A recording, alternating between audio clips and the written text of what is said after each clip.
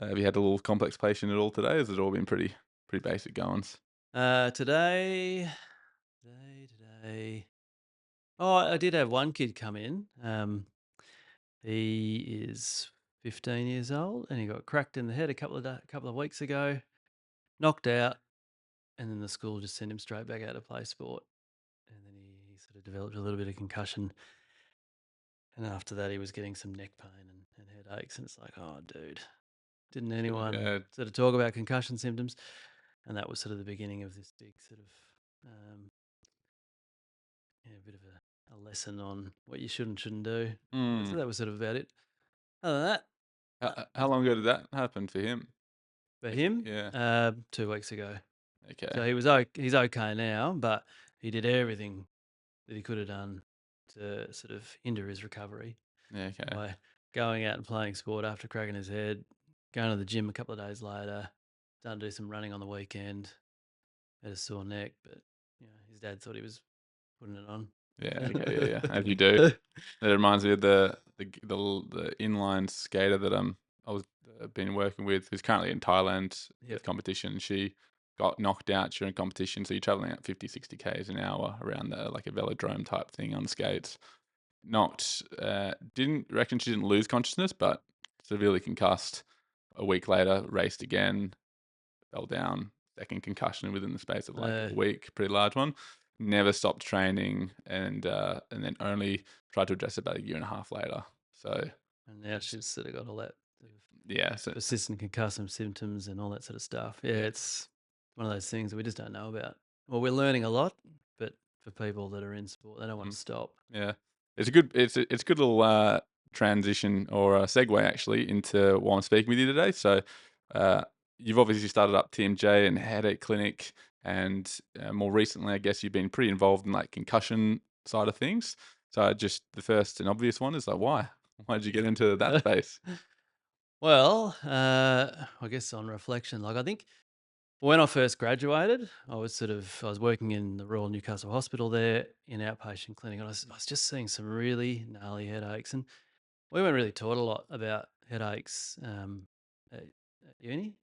They teach us a little bit about upper cervical spine and a little bit about necks. And I was seeing cluster headaches and migraines and tension type headaches and had absolutely no idea what to do. So I thought, right, well, I better improve my learning. So I sort of spent a fair bit of time reading all about that in that year. And then I moved to England and was fortunate enough to sort of hear about a fellow called Dean Watson, who's really well known in the physio sphere for headaches. And he was running his first clinic and course over in the UK. So I Mm, thought, I'll give that a go.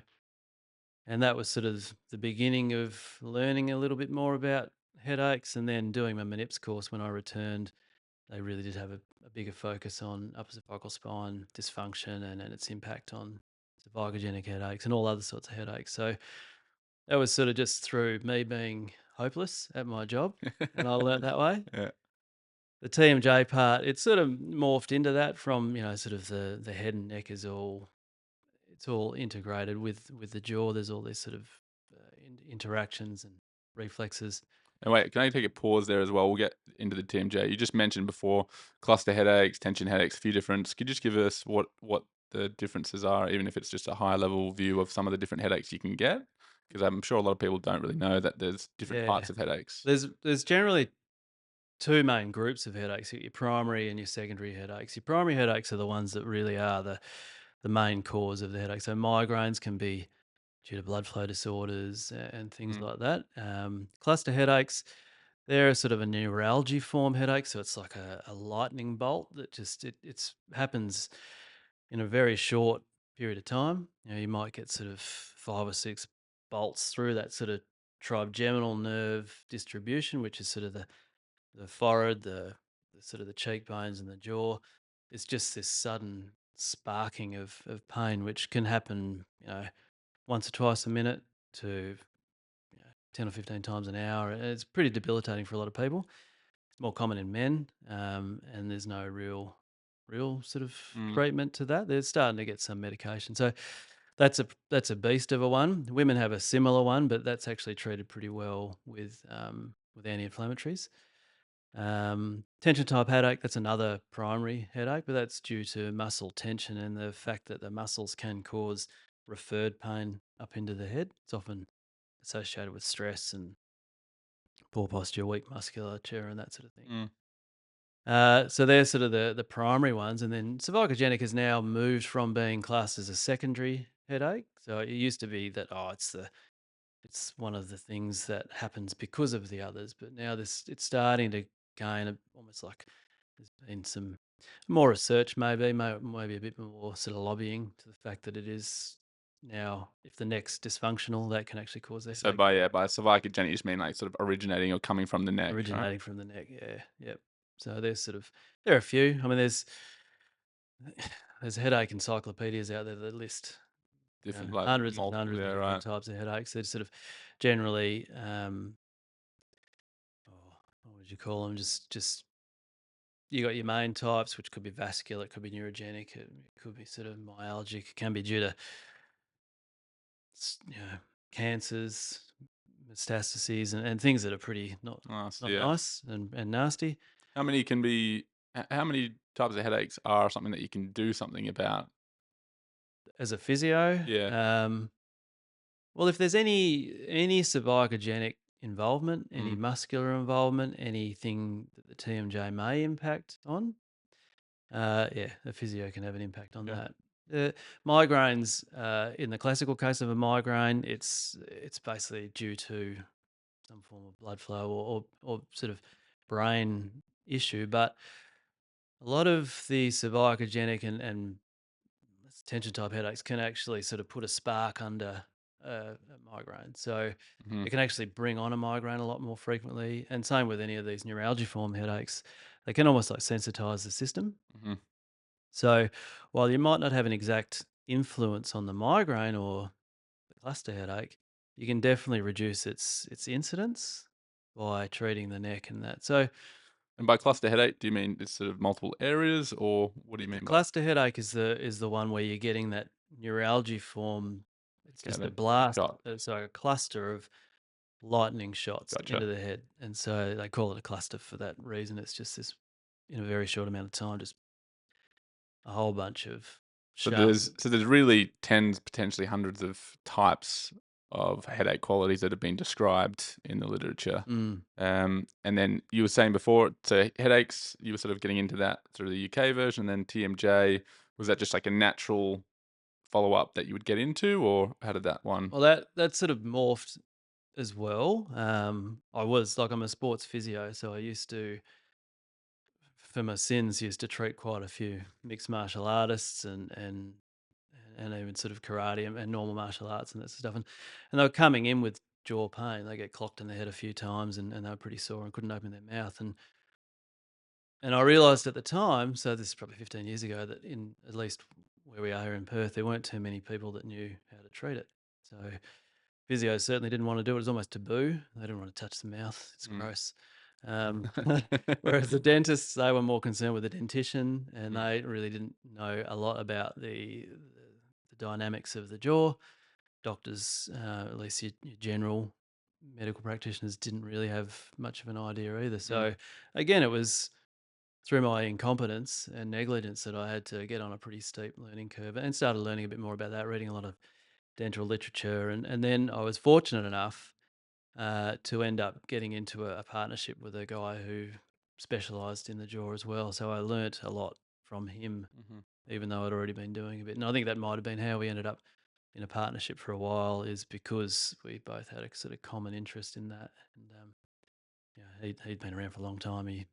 So I learned a lot from him. Mhm. So how often do you find headache, TMJ, how often are they sort of intertwined? Do you find that they are tend to be separate? What's your experience of them in terms of it in clinic?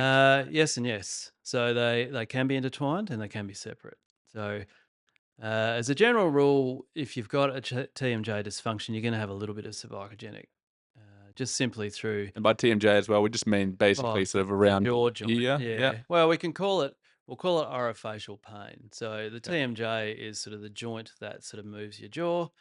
The muscles around there are what moves the joint. So anything that involves that, we'll call it's more TMD, just to add another little a bunch of Dysfunction, letters in rather. there. So Yeah. it's a temporomandibular dysfunction.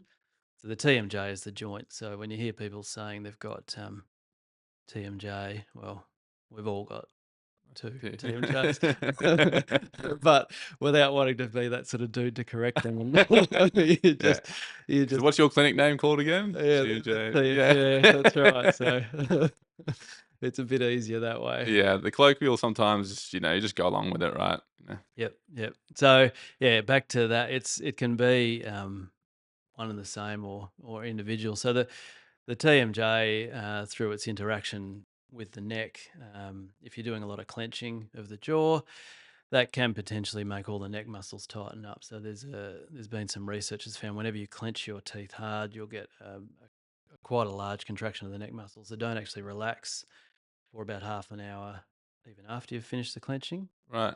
How do I know if I'm someone that is that something you're conscious of, the clenching, or it's more something you're doing in sleep time? Well, both, Mm. both. A lot of people are told by their dentist that they clench and grind. They sort of go when they're getting their checkup and there's wear on the teeth and that sort of thing. So they're completely unaware at the time. During the day, they're a lot of the time I find they're not really aware, but until we make them aware, and so people will clench during the day. They might do what we call parafunction. So they might be biting pen lids, they might be biting their cheek, they might be biting their nails. If they've got like something caught in their teeth, they keep playing around with that. That's sort of called parafunction, and they might not even be aware they're doing that until they pick up on it. Is that something that people wanna stop doing? Well, by the time they've seen me, there's a reason why they've seen me. They Mm, don't come in because mm. they just want to have a chat. As much as I'm happy to have a chat to them about it, they come in because they're in pain. Yeah, yeah. And when we sort of break that down, we're trying to work out the habits that have caused this in the first place. Mhm. And it's often there'll be some form of parafunction or bruxism, which is clenching and grinding at Mhm. night. And we have to address that. If we don't address it, they're just going to go around in circles. So, if I come into the clinic and, I've had, like, a sore jaw, maybe a little bit of a headache as well, what's the sort of process? How are we sort of figuring out what it is that's going on? Well, that can be fairly detailed depending on how bad it is. So what I'm looking for is, well, basically their symptoms where they're feeling their pain. So if we sort of, I have to sort of break it up into neck and sort of head pain at the top of your Mhm. head and then jaw related pain. So having been doing it for a while, I tend to bounce around a little bit, but there are clear sort of patterns that I'm looking for. So if someone comes in and they're complaining of clicking of the jaw, Mhm. they get pain on clenching, it hurts to open their mouth, it hurts to eat, then I'm probably thinking there's some sort of jaw related thing and I'll delve into that. If they're talking about just headaches in general and it's generally sort of above the eyebrows and in the back of the head or down the neck, there's a good chance I'm looking more at the neck for that. Mhm.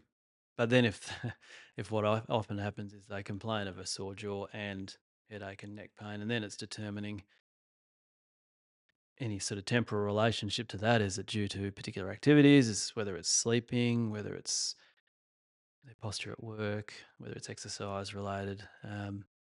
It can get pretty in depth, but a lot of what I'm looking for is the causes of it. Mm. A lot of these problems don't just happen overnight unless there's trauma related to it. So, originally when I was seeing the martial artist, there was trauma. It was pretty easy to treat. It's just like any joint injury, Yeah. it's you treat it, get rid of the inflammation, improve the mobility, help with any strength if you need it. But these things have been going on for, if not months, years, and they've finally hit a point where they've tipped over the edge. So we need to delve back and work out what it is that's caused it. And that can be a pretty long, tortuous road. Mm. Trying to get people to think back and what they do, and I think when I'm asked these questions as well, and even when you ask me Yeah. these questions, I'm a terrible historian, Yeah, and yeah, yeah. and then I sort of get like, oh god, you're not very good telling me what's going on. Then I think it's actually hard to think back what you What did might I have have for done. breakfast? That's exactly right. Yeah. So yeah, it can be quite sort of long, but I'm looking at specific details, and then also for all the medical people out there, I do also look for red flags, Mm. and then I'm not just going straight in. I am looking for anything that could possibly be in sort of Good save, good save. yeah. That's right. I don't want to be that dude that misses something that Yeah. potentially ends up in the wrong part of the hospital. So does, if someone at home at the moment that, maybe they've got some jaw pain, or as you said, I think maybe if they've got some clicking. So the sort of flags they're putting up in their own mind for whether or not it's worthwhile getting it checked out for you is you got pain with chewing or eating or clenching, Yeah, um, and then clicking in the jaw. Do you mind if it's both, if it's painful or not painful? Does it matter to you? not normally. If we just go on to the clicking, there are a lot of people out there that have a clicking jaw Hmm. that they're not even aware of. They're often sort of it's brought to their attention by a friend or a partner that says, "Oh, your joint's making a lot of noise, or it hurts," and they go, "No, it doesn't actually hurt. It just makes heaps of noise," and they become a bit self conscious about it. So they might come and see me there. So it's letting them know that it's not a big deal because there are heaps of people out there. But if they want to do something about it, then definitely we can work on trying to improve Hmm. the incidence of the clicking, maybe the sound, the noise. Sometimes it can be very loud. We can definitely make it softer from that. And that's just one part of the TMD, the dysfunction of the jaw. But people that will want to come and see me is generally it will be the clicking is one thing for sure. It could be that they wake up with jaw pain. They might Hmm. have tooth pain. They might think it was a dental issue. They've seen the dentist. The dentist says it's fine. They've done their x-rays and scans and they can't find any real cause for the pain. Some really cluey dentists out there now are quite good at sort of feeling the muscles around the area. And if it identifies sort of a referral pattern to the tooth, they might go, yep, this is the guy to go and see. So you can get tooth pain even though it's not the tooth. Hmm. Um, you might get stiffness in the jaw, might not be able to open the jaw up. Some people on the other side, unfortunately, are hypermobile and they go and yawn and suddenly they can't close their mouth. Full snake, It's just yeah, it's okay, just yeah. fully locked open. Or they've gone and had surgery or some recent dental work and suddenly the jaw's really sore because it's been stretched further than what it normally would be used to. Okay. So yeah, pain is a pretty good motivator for most people to Yeah. come in, but it's not necessarily the main reason why you should come in and see me. So when you're trying to figure out exactly what it is that you've got, and it's so there's only probably so much googling that you can do with a lot of these things. But is there something people can do who maybe it's a little bit sore, or it's a little bit clicky, they're not sure if they need to do anything? Are there exercise or things that you recommend at night time, or other habits that you just tend to go, look, if you can do these, that should improve the quality of your jaw, or just as a basic coverall? A big part of the jaw thing, and I seem to identify it with pretty much everyone, is that there is an element of bruxism, so grinding at night, or parafunction, something like that during the day. Is there some way to test for that at night yourself to know if you're doing it? If you've got a partner that stays awake and they know, Yeah. they'll often hear a grinding. Okay. Some people, a grinding is a consequence of sleep apnea. So if you have, your partner's known to snore or stop breathing during the night, that could be another reason why they're grinding. In which case, while seeing me is an important part of the process, I'd probably be wanting to see a sleep specialist or a respiratory physician or a dentist who specializes in that first. But as far as yourself is aware, you might wake up in the morning with a really stiff jaw. It's difficult to open. You might have sore teeth. You might have sore gums or even headaches. Bad breath? I think that's unfortunately just part of sort of having your gob open or breathing through your nose for a Yeah, okay. few hours. So, I don't want to see them if they've got bad breath well, anyway. at least brush your teeth first would Yeah, be well, ideal. bring in a mask or something like that. What about, so I've heard or I know at least some people who've had bruxism, they get things like Botox, botulinum toxin to try and, I guess, release some of the muscles off to reduce some of that clenching. Is that something that you point people towards? What's your thoughts on it? That It can help with some people. So, you're injecting a poison into your muscles to try and reduce the tension of the muscle, and it generally takes about 50% of the muscle tone out of it. Now, it's worked really well for spasticity and things like that, and they've noticed it does help with the jaw, and it can be very effective. But it's not really first line treatment for me for two reasons. One is that if you can identify your behaviors that cause it and do something about it, that might be all you need to do. You reduce the tension that way. You become more aware, and while you're aware, then you've got the ability to heal yourself. Whereas if you just Mm. go in there and just accept that sort of role that, oh, the injections are going to help. That'll do. Secondly, if you get repeated Botox injections, by reducing the muscle tone and strength by 50%, inevitably what I find with most people is they come and see me about 2, 3 years after being on Botox with headaches and jaw pain, simply because the capacity of the muscle to generate power has dropped off by so much. Mm, While it might have helped them a while ago, now they're weak, and they get muscle pain as a result. So it ends up becoming a cycle mm, that some people, they end up just getting, if they've been diagnosed by a neurologist, they can end up getting the Botox every 3 to 6 months for the rest of their life. And it's covered by Medicare. And that's a path that they're happy yeah. to be on. What about things like just chewing gum? Not a fan of it. Um, for the main reason is that I would class that as parafunction. And so if someone comes in to see me and they've got a lot of muscle pain due to clenching and that sort of thing, if you're spending the rest of your time working those muscles, you're fatiguing them, and then you'll end up getting pain from that. And so there's anecdotal evidence to say that chewing gum might help for certain things. I think in the rare case where someone is like afraid to use their jaw, Mm, even though there's no real obvious dysfunction going on, they might be developing a little bit of weakness in the jaw. They might not be willing enough to sort of move their jaw from side to side. So it's more trying to get them to start sort of using the jaw in a more sort of normal manner. That'd be one of the rare occasions I'd recommend mm. gum. But for the most part, I tend to find that I don't advise it, because the problem is they're coming to see me because the muscle is in discomfort, or it's in pain because it's been overworked for so long. How much do you think I had braces for 2 or 3 years, and then they came off, and then had them again for another year and a half. Uh, and so, I always wondered, how much shifting around of teeth and brace work and things. Do you see that playing a part in TMJ clients that you see, or it's not something that you're seeing much of a pattern with? I'm gonna get a bit of hate from any orthodontist out there right now when we talk about that.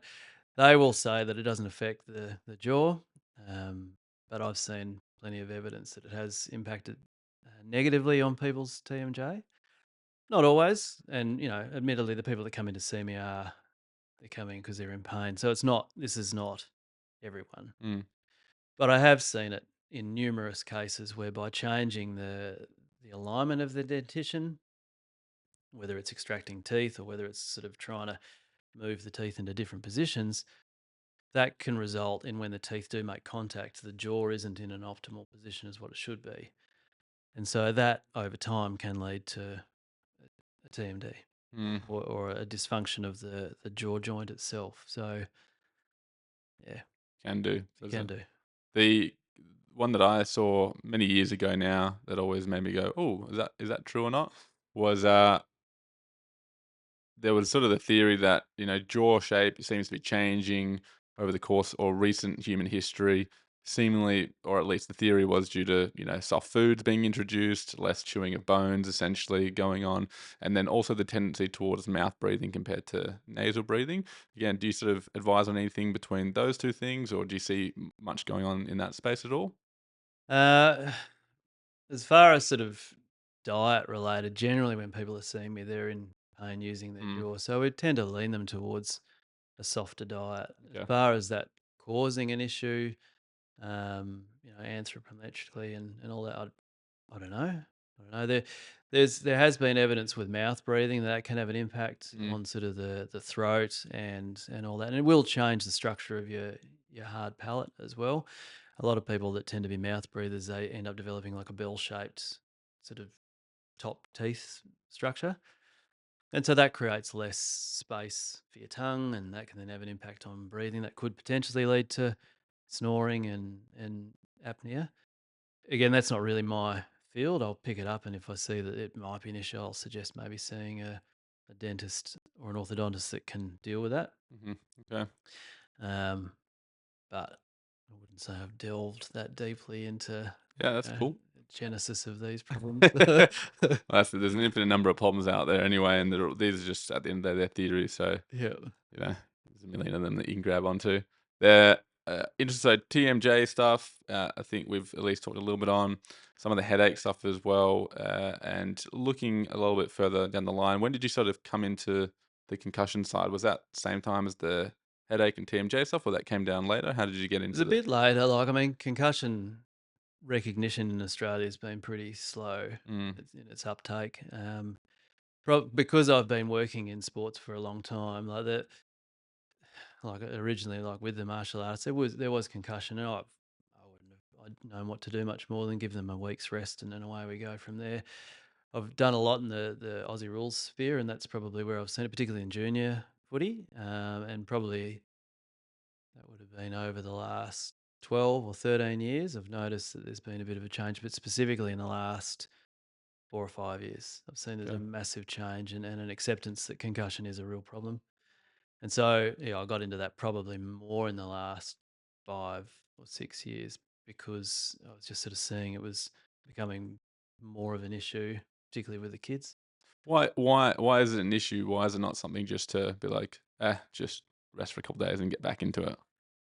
Well, with all the research, I mean, that's the bottom line. They're doing more research into Mm, it. So, particularly in the US and Canada, there's a lot more money in the research, and so they're I guess with CTE coming out, so your chronic traumatic encephalopathy, that making sort of all the yeah. new all that sort of news. And potentially professional football players suing their employers because of a couple of head knocks. There's a lot more interest in, well, how do we avoid this, and rightly so. Um, but with that research, they've found that if you sustain a decent head knock enough to be classed as concussion, it affects how the actual brain sends its signals.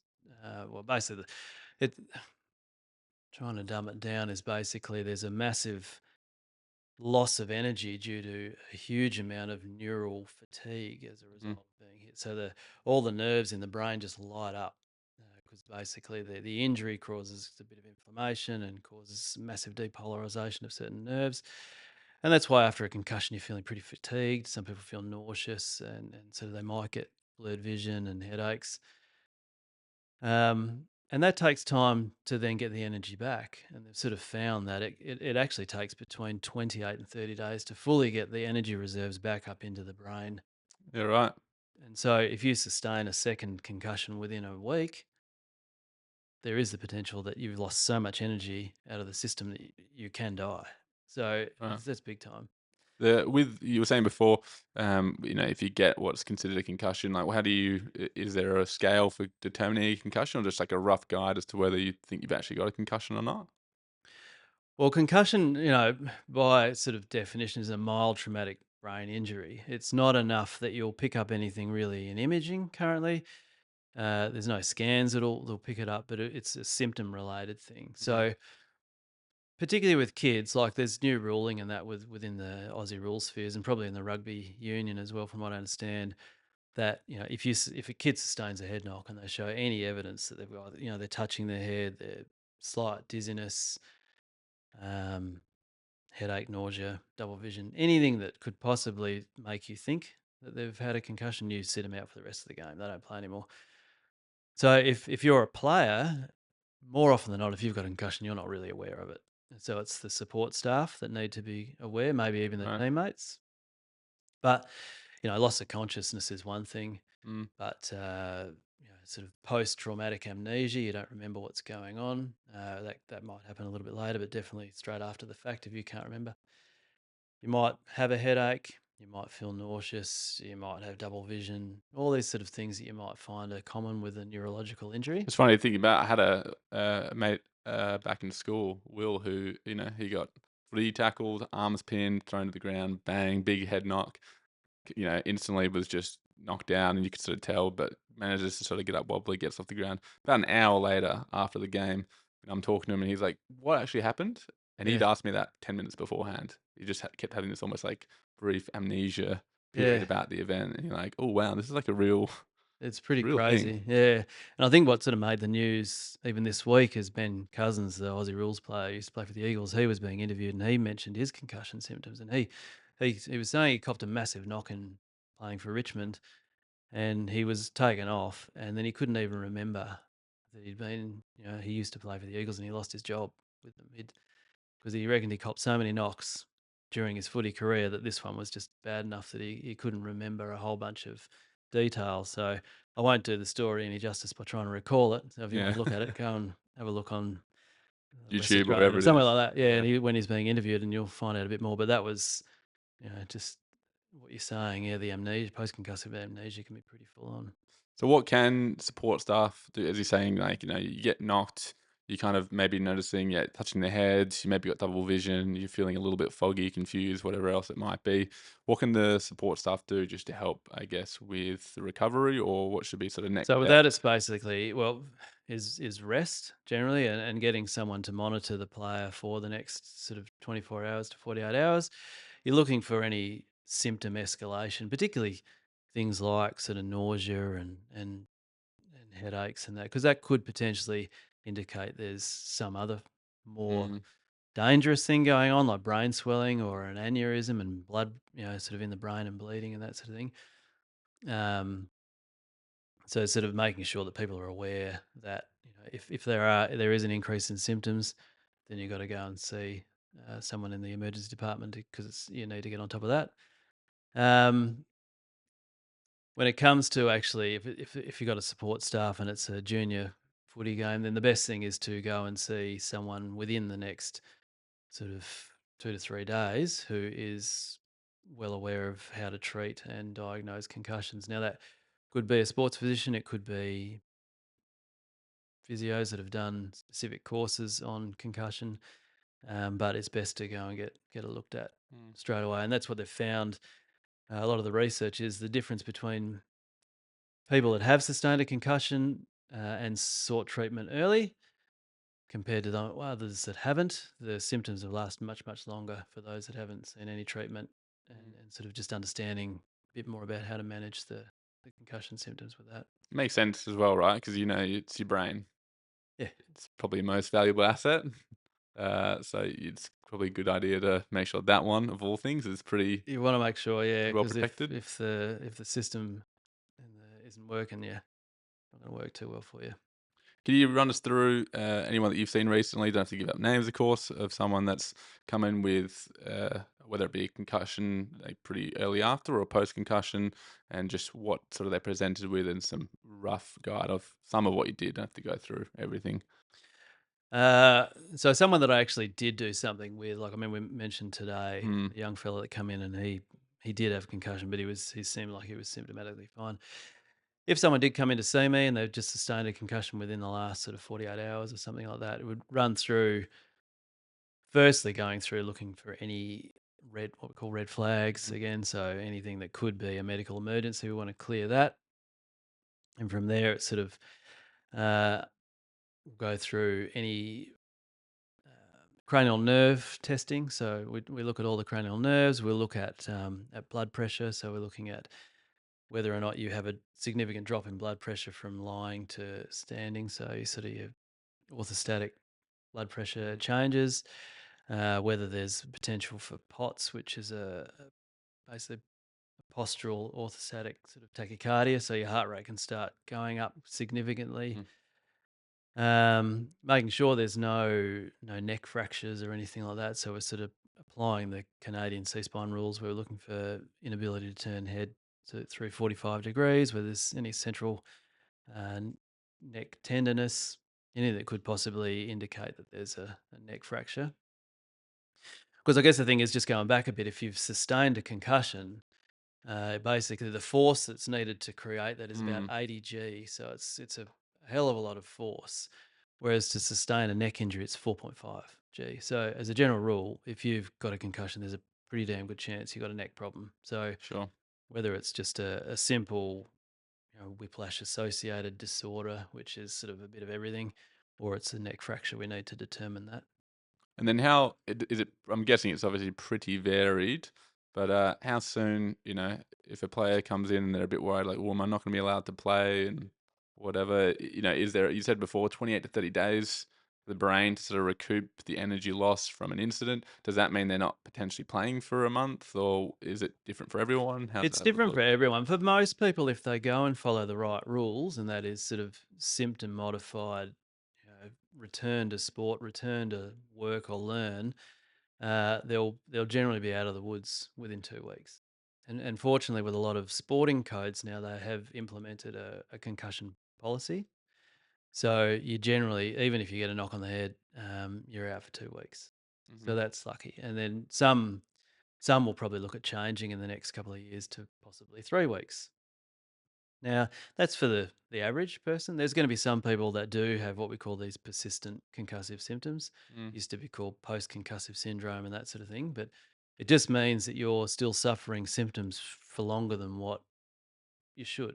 And so that could be headaches, it could be fogginess, it could be blurred vision, nausea, all those sort of things. It just seem to last a lot longer than what they should, and that's a completely different issue. We need to work and rehabilitate those people in a different way to what we would if they were just coming in with a concussion. They could be treated by this sort of 2 to 3 weeks of uh, you know symptom modified activities. So someone out there again who may have had a head knock, not thought much about it.